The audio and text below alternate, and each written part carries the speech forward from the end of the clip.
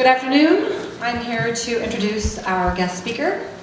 Allison Perelman is a third-year PhD student in the Department of Art History and Archaeology at Washington University in St. Louis.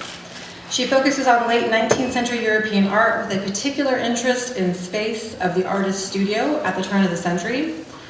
She received her BA in art history from Brown University and her MA from the University of Chicago.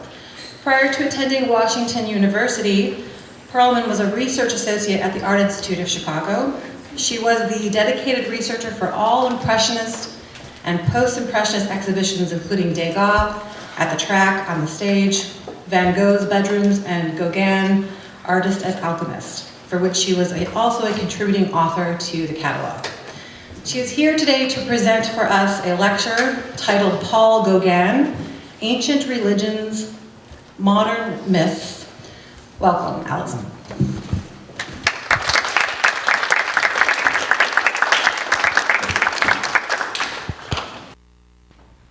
Thank you. Can you all hear me? All right. Well, thank you so much for the introduction, and thank you all for welcoming, even better, now I can hear me, for better or worse. Thank you all for welcoming me to your campus and for coming to listen to me speak to you today on Paul Gauguin. When I was invited here a few months ago, I was told about your themed semesters and the theme of Oceania this fall. And there's a lot of directions I could have gone with Gauguin. He is an artist who, if you're familiar with him and his name, the first idea that probably comes to mind is Tahiti. He lived in Tahiti for many years on two separate occasions with a bit of time in Paris in between. Less known is the fact that he lived on the Marquesas as well. In fact, his last 2 years were on the Marquesas, and that's where he died in 1903. And he even visited Auckland, New Zealand for a period of 10 days. So he had a chance to see these 3 islands in person. But Gauguin's art touched on many strands of oceanic culture, and for better or worse, Gauguin was someone who was dedicated to taking from and mixing different cultures to create a synthetic art that he felt would be entirely his own. And it's really with the religions and the myths of oceanic culture that he sort of had the widest breadth of touching on the culture, and that's what I want to focus on today.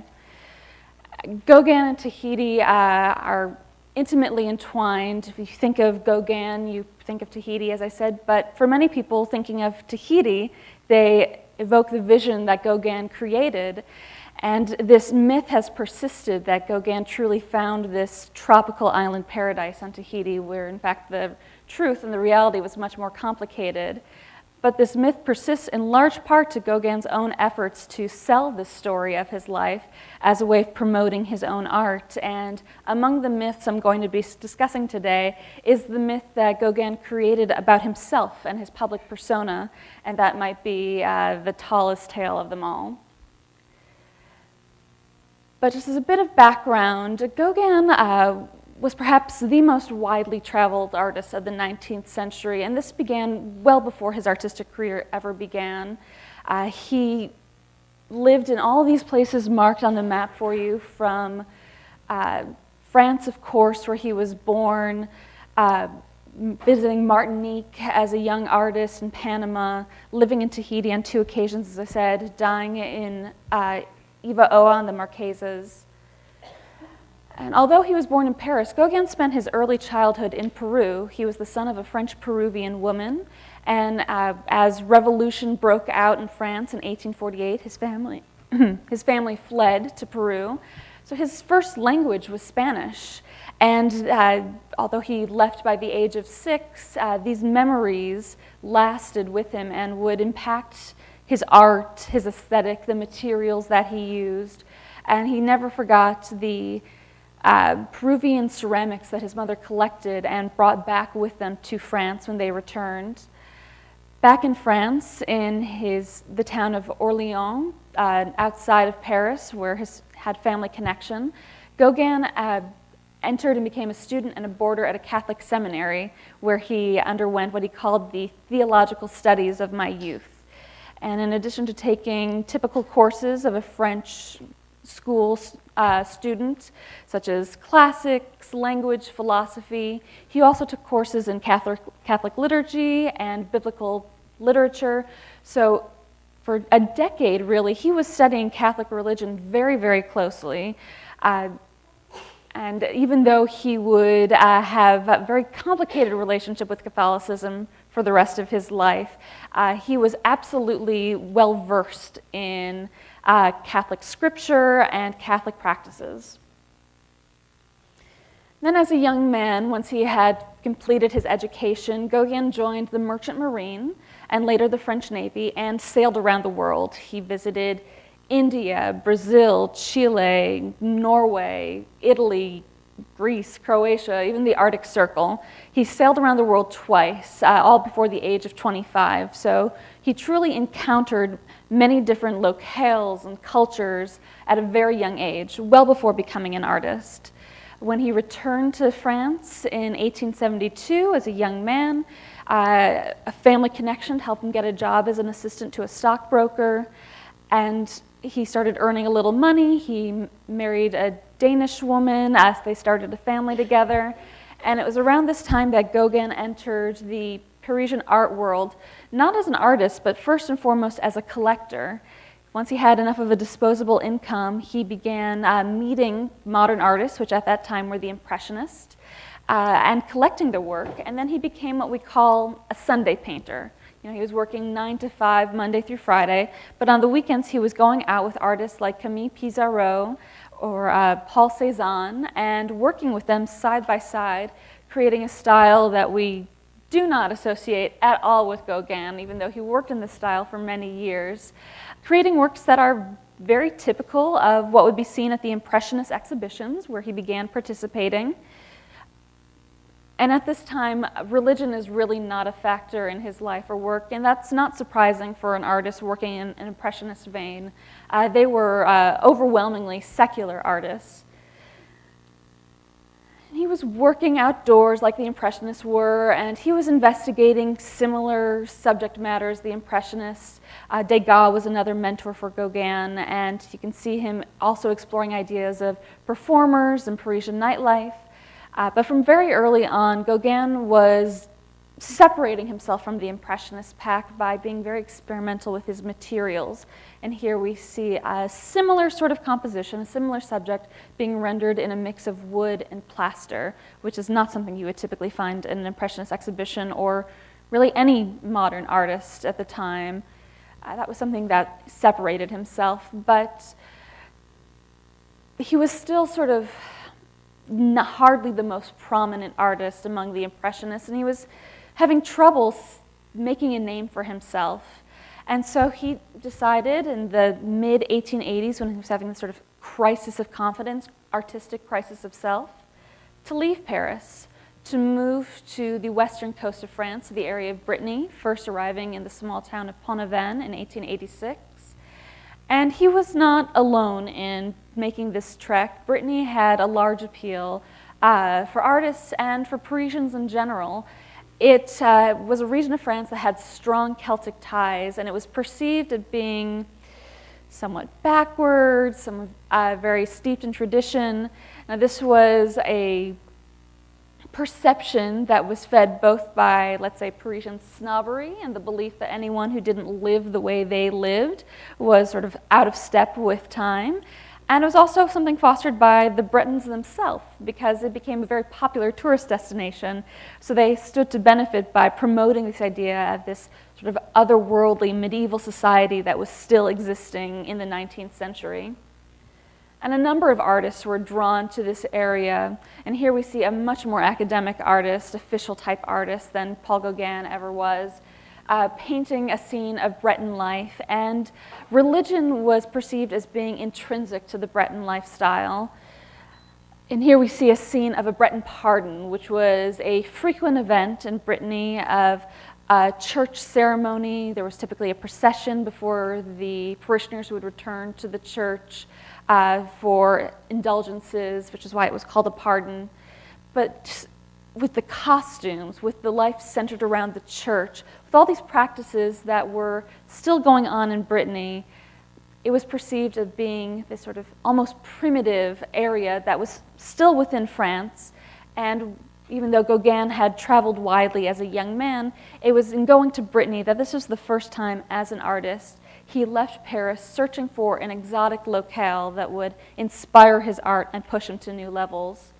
And for 2 years, between 1886 and 1888, he went back and forth between Brittany and Paris, going to different towns, pushing his art, arriving at an aesthetic that we see demonstrated here.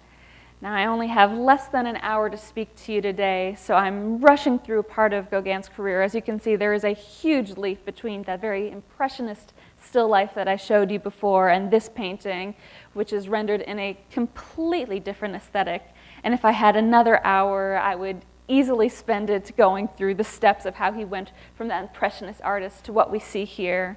But to get you up to speed, as it were, I'll just say that for Gauguin, his quest was to come up with a wholly original style of painting, one that was not indebted to direct observation and objective reality as artists could or tried to perceive it, but something that was much more psychologically minded and internal. He was inspired not by the world around him as much as he was by his memories, by his dreams, and by his imagination. And he wanted to leave the world of Paris behind as a subject matter, as a style of art, as a lifestyle. And for Brittany, it offered not only visual inspiration for him, but I think he found a parallel in the perceived religiosity and inner life of the Breton people to inspire his approach to painting as something that is much more internally driven. And we see that play out figuratively and literally with this scene called Vision of the Sermon, which is one of Gauguin's major masterpieces of his career. It's a term that can be tricky to be thrown around by art historians, but that was Gauguin's own description of the painting. He really felt that he had accomplished something new and special with this work. So what we see here is this bifurcated composition with half being dedicated to these Breton people, almost all women, with the exception of one potentially male figure who may be a priest, may be a hidden self-portrait of the artist. And they all have their eyes closed and their heads are bowed, their hands clasped in prayer from what we can see. And then we have this other half of the composition divided by this tree, where we see these two figures, an angel and a man, wrestling. And this is a scene of Jacob wrestling with the angel from the Bible. And what Gauguin tried to evoke with this composition is that the religious fervor of these Breton people, these women, was so great that in this sermon, this collective fantasy, mirage of this biblical scene is playing out before them.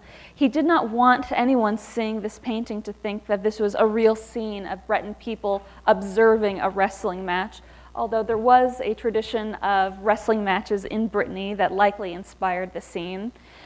But with this heightened sense of color, these extreme flat forms of pure color, these thick outlined figures that do not look real, they do not look three-dimensional, and the playing with proportions, these impossibly large figures in the background, they don't seem to be in scale, they don't seem to follow the rules of perspective.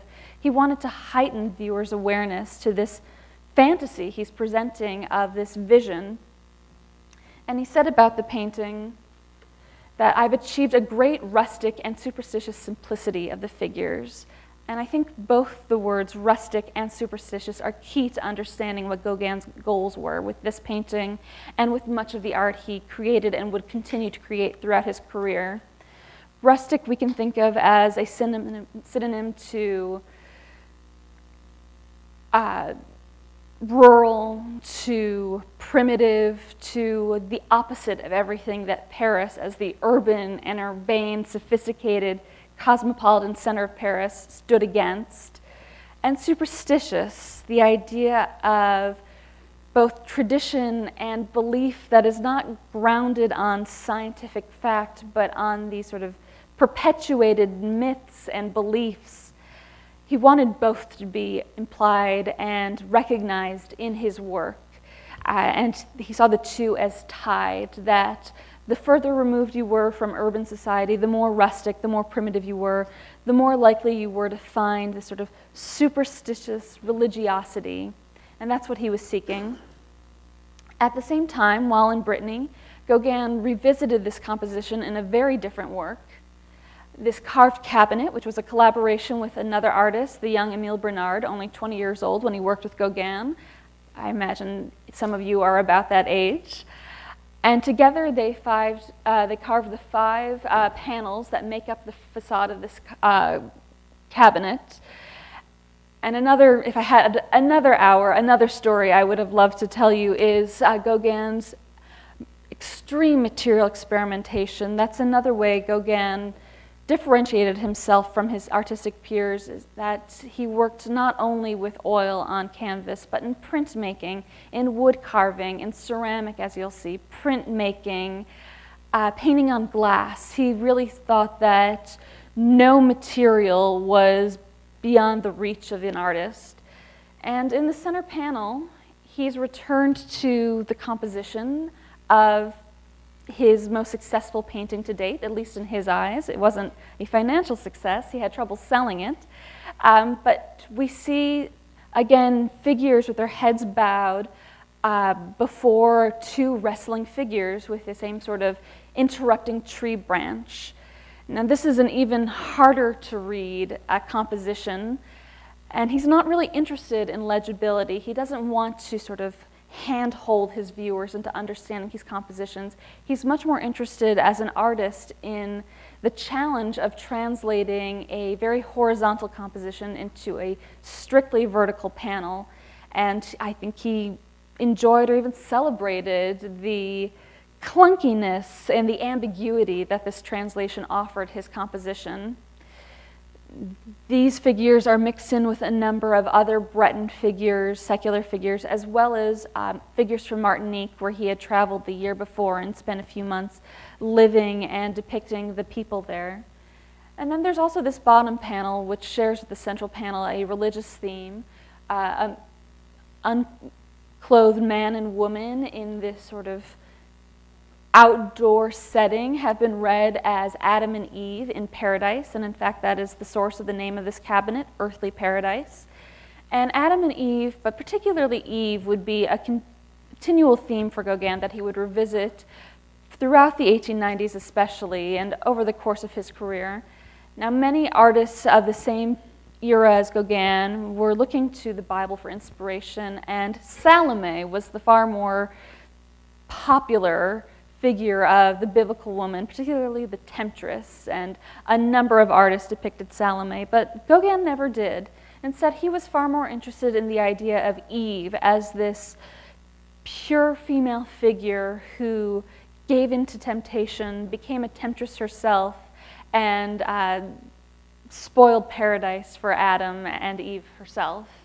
And it's a theme that he continually returns to in multiple media. Now, here we see a scene of Eve in an exotic Eden-like garden, and he's drawing very much on his memories from Martinique from years before and anticipating the work he'd be doing in Tahiti the following year with this sort of lush, tropical, if not island background that he's put her in. A lot of people like to read the theme of Eve as a temptress into the biographical details of Gauguin's life. It is well known that he was a man who had many relationships, sexual relationships with women in his life, and often if there can be a connection between the subject or the inspiration for the Eve and some biographical story from his life, there are many scholars who like to emphasize that connection, but I caution against making such a one-to-one perception. In this image of Eve, it seems that he based her face and her look, her hair, on a photograph of his mother that sort of took an evolution from the photograph or the lithograph after the photograph into a gouache painting, into the oil of exotic Eve. And as far as I've read in my research, I haven't come across anybody claiming that Gauguin felt any particularly Oedipal impulses towards his mother. It was more that he was unreserved about taking any and every source of inspiration, any motif that he had handy, and incorporating it into his art, whether it's from photographs, from memories, personal acquaintances, certainly his sexual partners as well, but really taking anything he had at his disposal and using it in his art. And while the face may come from a memory or a photograph of his mother, the body comes from a very different source. And it's a pose that he uses and reuses, again, across many media. That is the story of Gauguin, is if he found something that worked for him, he would continue to investigate it across media. And the very first iteration of this pose occurred in ceramic, not in two-dimensional, and we see it here. And this was also inspired by a photograph, in this case, a photograph from Gauguin's personal collection of the relief carvings of the Borobudur Buddhist temple in central Java. And you can see the same figure in that pose there at the upper center. Now, Gauguin did change things such as the background, the setting, but he did keep key details in addition to the general pose, particularly the same necklace and arm cuff. So he's clearly referencing this image, even though it's likely that no one in Paris would have been familiar enough with Borobudur to make the connection. It was a connection he would recognize himself. And he would continually return to this pose and bring it back to the theme of Eve, even after leaving France to go to Tahiti, which is where he went in 1891. Now, for Gauguin, he certainly claims that arriving in Tahiti was something of a shock for him, although he was well-traveled enough that this might be a part of Gauguin's myth of how much he really expected Tahiti to have avoided the influence of colonization and missionaries who had been there for decades, even centuries at this point. But what he had hoped to find is something like we can see in this tourist photograph, this very staged scene of Maori people in New Zealand. But what he truly saw is much more like the photograph on the right of a mix of colonial European presence and indigenous people who have adopted the dress and customs of the Europeans, not necessarily by choice, but in many cases this had been present for several generations, and many of the Tahitian people he would have encountered would have been born into this lifestyle and born into these practices. And in his writing, Gauguin laments that the removed Tahitian paradise that he longed for no longer existed. And it was particularly the loss of religious customs that he lamented the most. And in his letters he wrote, "Shall I manage to recover any trace of that past so remote and so mysterious, to get back to the ancient hearth, revive the fire in the midst of all these ashes?" And in this painted composition, we see Gauguin representing the traditional upa upa dance. We see a number of dancers surrounding this brilliant bonfire, while other figures look on, and at the very right end, this amorous couple are embracing one another. The upa upa was a sacred rite that had long been banned by Christian missionaries. It did continue to get practice on the island in a very clandestine manner, typically on the outskirts of the island, as far away from the colonial presence as Tahitians could get. But there is almost certainly no possibility that Gauguin could have witnessed such an event himself, even when he left the heavily colonized capital of Papeete to try and go to more remote villages on the island. It's still highly unlikely that he would have seen such a ritual in person. This is purely an invention. This is Gauguin offering us a view of what he had hoped to see in Tahiti. And while he was there, he did as much research and investigation as he could into the lost or suppressed beliefs, practices, and religion of the Tahitian people. And he credited a woman named Tehamana who became his vahine, or his lover, while on Tahiti, with being the one to initiate him into Tahitian religion and Tahitian culture. And he would write in his account of his first trip to Tahiti, which he called Noa Noa, which is, as you might imagine, heavily fictionalized and embellished, but his doctored memories of his time on Tahiti. And in this story, he talks about the nightly conversations he would have with Teamana, where she would share with him the stories of the Tahitian gods and the belief system that had been passed down to her from her mother and her mother's mother. Again, this is highly unlikely and almost certainly fabricated by Gauguin himself. Teamana was a very young woman. She would have been educated by the Catholic missionaries who were there representing the French colonial government. And you can see her here in what they called a Mother Hubbard dress, the more typical dress of Tahitian women in the 1890s.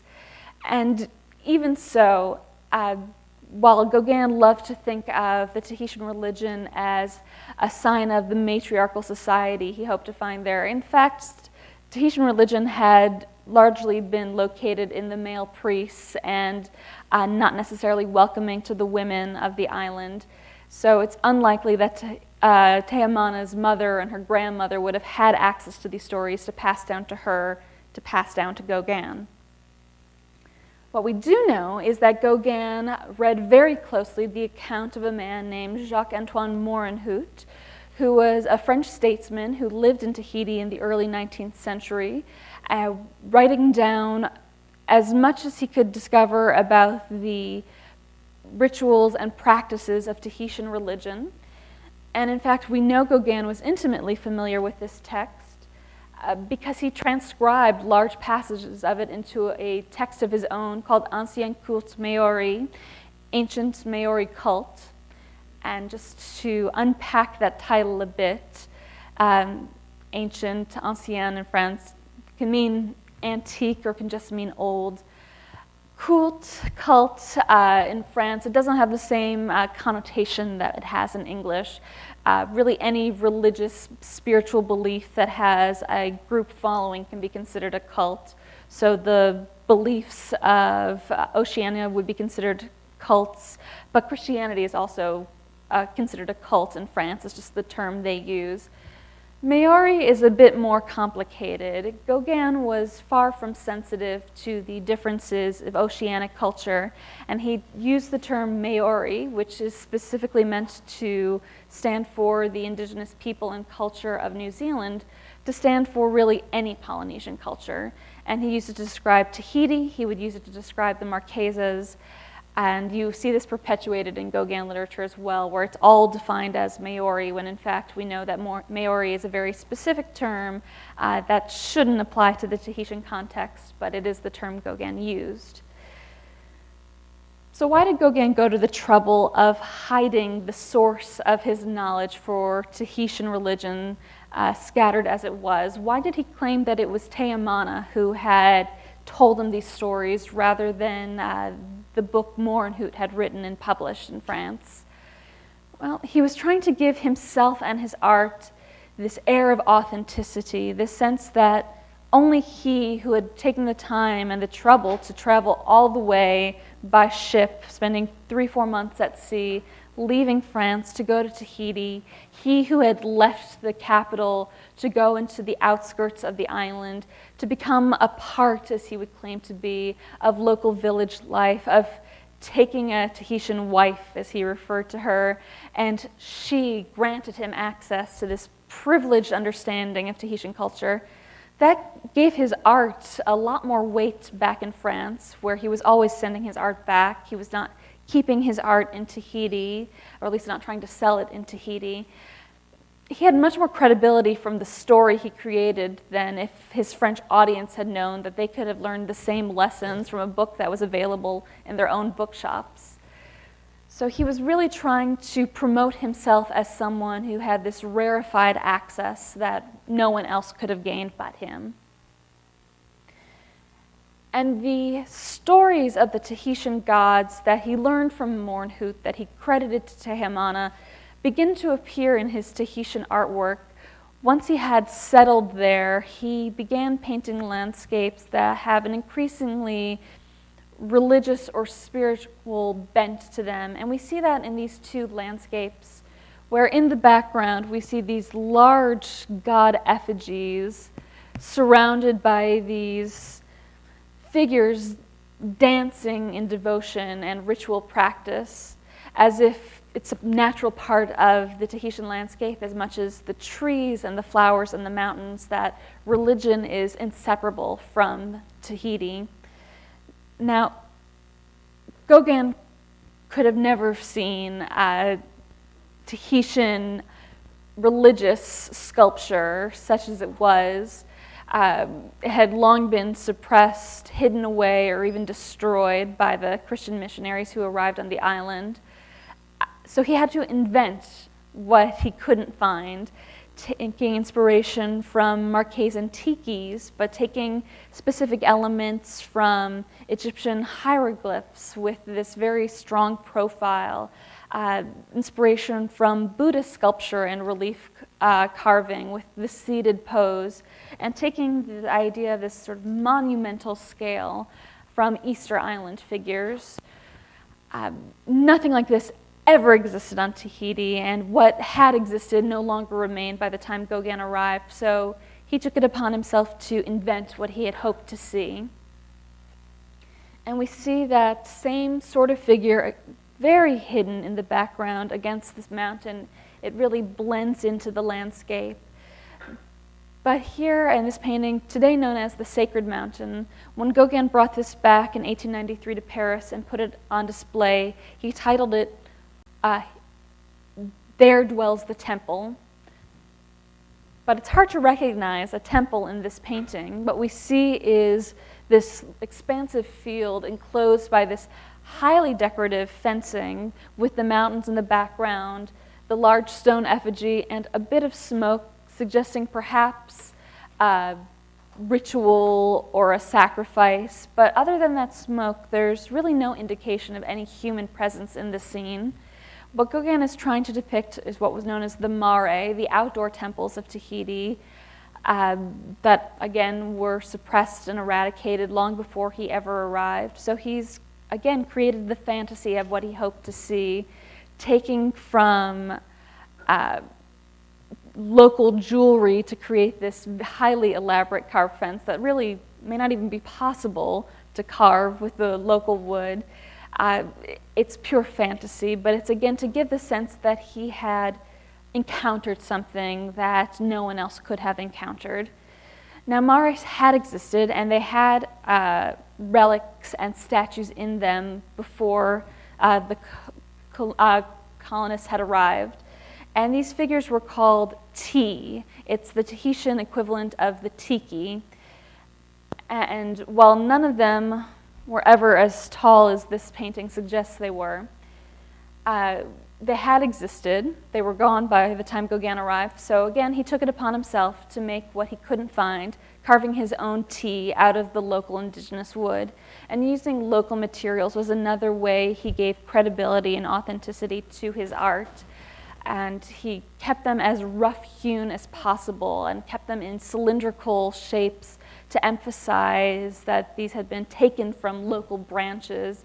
And he would typically leave one end almost completely uncarved to suggest that this had almost grown out of the landscape of Tahiti, which is how he viewed their religious practices and beliefs as just being inherent to the land and to the people. Now, the one thing Gauguin's gotten right, and I'll give him credit here, is that the scale is more or less correct from what had been the original Tahitian teas. These range from about 8 to 12 inches tall, so a foot tall at the most. But other than that, they are, again, pure inventions taking from whatever he could put together to create the aesthetic he thought most appropriate and most satisfying. And again, he's taking from Marquesan design, he's taking from Buddhism because he believed that there was this sort of inherent connection across religion, and we see this sort of cross-legged pose and these two far ti. And even this pearl that adorns the forehead of this figure has been suggested as a third eye, another Buddhist motif. And these take figures that appear and reappear throughout Gauguin's art. And in this portrait of Tehemana, you'll recognize the same pose, same figure, which here is meant to emphasize Tehemana's connection and knowledge of the Tahitian gods and beliefs. Now, one persistent belief that Gauguin actually did encounter while in Tahiti was the belief in something called the Tupapau, the spirit of the dead, ghostly apparition type figure that Tahitians had and continued to believe in. And it was the Tupapau that inspired Gauguin to give many of his scenes, particularly his nocturnal scenes, because the belief was Tupapau only came out at night, this sense of mystery and superstitious potential. And we see that play out on this composition that illustrates a scene that he would later write in Noa Noa, his fictionalized account of his time in Tahiti, where he returned home to his hut to find Tehemana lying in bed and mistaking the silhouette of Gauguin in the doorway for a Tupapau and the frightened look in her eye before she recognized him for who he really was. And he's animated that scene here with the figure of a Tupapau lurking in the background. He's displaced the fear from himself to this shadowy figure he's put in the background. Once again, completely inventing the appearance of the Tupapau. There was no indigenous representation of the Tupapau he could draw from. So he reasoned that if they believed they were the spirits of the dead, of local people who had passed a long time ago, it would take a human form, and he has it as sort of this elderly, hunched figure that is cloaked. And to heighten the sense of spiritual potential and the uncanny, he has these luminescent flowers just sort of hovering above Tehemana's body to give it an otherworldly feel. Now, Gauguin painted this painting long before he ever wrote Noa Noa, which you see here, his personal manuscript that he kept and continued to work on for almost a decade. So the painting predated the story. It was as if he wanted to give a narrative to help his Parisian audience understand what they were seeing in this composition. And here we see the page from Noa Noa where he begins to tell the story, and there's a watercolor of Tehemana in a similar pose inserted among the text. But he wasn't just representing what had happened to him. In fact, very likely that this never happened to him. It was just a convenient story to tell. But what he had in mind when he made the painting in Tahiti was almost certainly the example of Edward Manet's Olympia of 1863, which is perhaps the best known and most controversial painting of 19th century France. It set off a storm in Paris, and every modern artist for the next generation and the one after that in some way had to contend with the example that Manet had set out for all of them. And so Gauguin has arrived at a Tahitian version of the composition with his depiction of Tehemana. So far more likely than any personal anecdote, it was the example of Manet that he had in mind when creating the scene, and the story just helped to sort of give a cover of authenticity to that ultimate aim of making this sort of entryway into the modern art pantheon of France. And it also harkens back to, again, work he thought to be one of his great masterpieces, Vision of the Sermon, in which reality and fantasy exist on the same picture plane, where we see both the figure who we assume to be real and modeled on real people, and the inner workings of their mind and the superstition that comes to life before them that Gauguin tapped into and understood and found inspiration in. While in Tahiti, he wasn't only interested in local native religion, he was also bringing with him his Catholic heritage and his Catholic knowledge, creating Tahitian versions of some of the biblical stories. Here we have Iarana Maria, or Hail Mary, in which a Tahitian woman and her son, with very faint gold halos, standing in for Mary and Christ. And once again, he's returned to the same pose that he had used to represent Eve in France.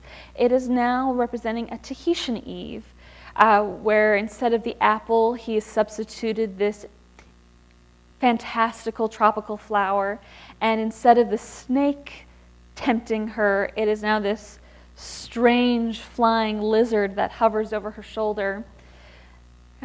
Gauguin was both inventing and borrowing from what he was encountering in Tahiti, where the Christian missionaries actually changed the story of the Garden of Eden, instead of it being a snake, to being a lizard when teaching it to their Tahitian students, because snakes were not indigenous to the island of Tahiti and there was no frame of reference for what a snake was.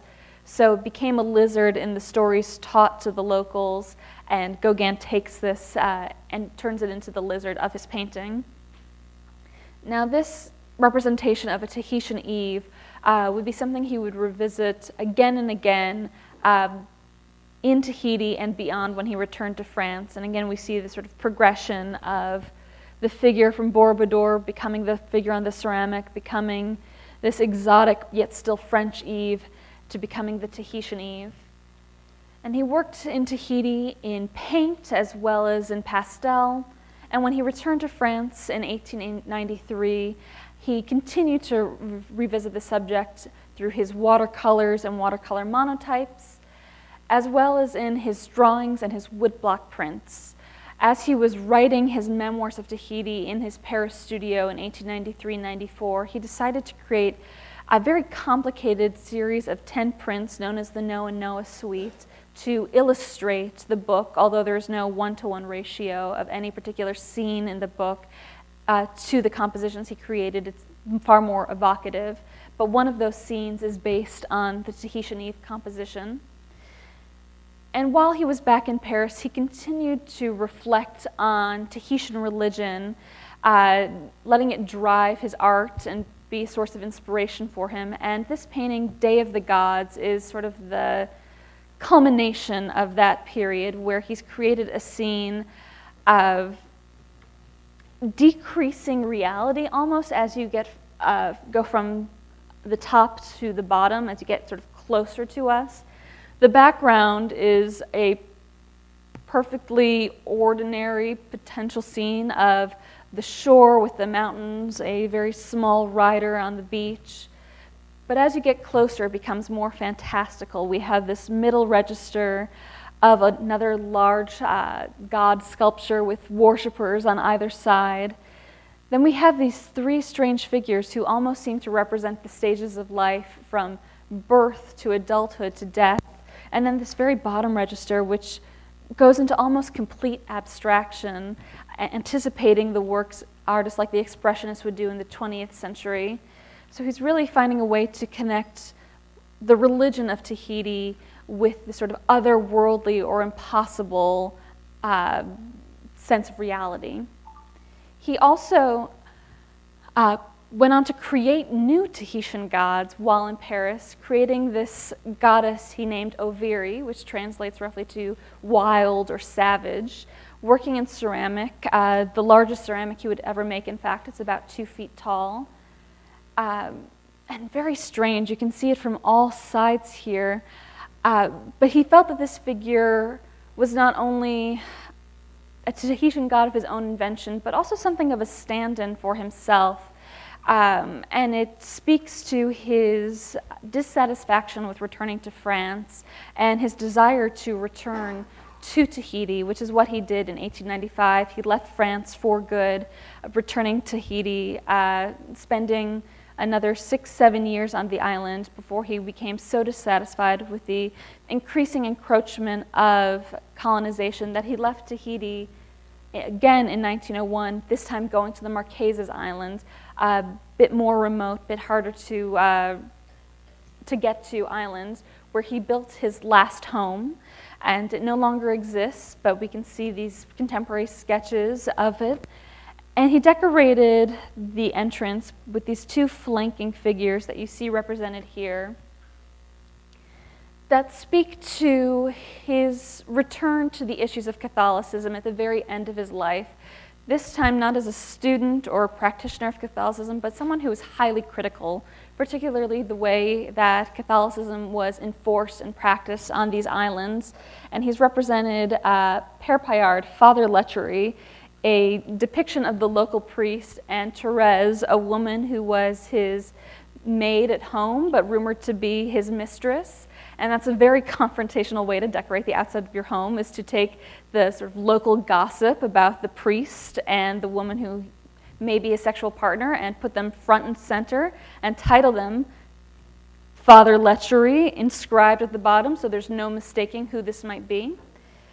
But as always, he was taking inspiration from local culture and local objects. Here we see a Marquesan tiki, which is clearly similar in composition and in scale to Father Lechery.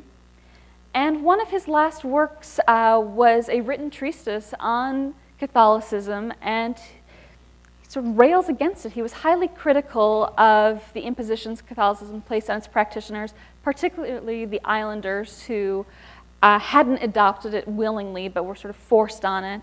And Gauguin was highly critical of the effect this had on the oceanic people and their sense of belief. And that is where he ended his life, in the Marquesas, railing against the colonial oppression as he recognized it, dying on the island, and he wanted his grave to be marked with his Oviri figure, this goddess that he invented that he so closely identified with. So that is where the story of Gauguin's religious experimentation and investigation ends. But a final note is that in his lifetime, his contemporaries recognized that there was much more fantasy than reality to Gauguin's work. And in fact, a friend had written, "Do you really believe you would see the gods as Gauguin did?" And what Gauguin was doing was taking inspiration from oceanic myth to create something entirely his own and entirely new. So thank you.